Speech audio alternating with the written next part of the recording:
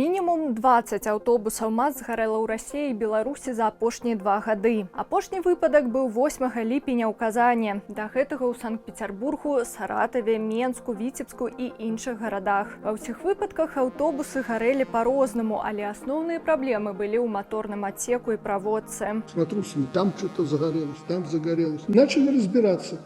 Задаю вопрос, а в других регионах России не горят? А почему в Питере?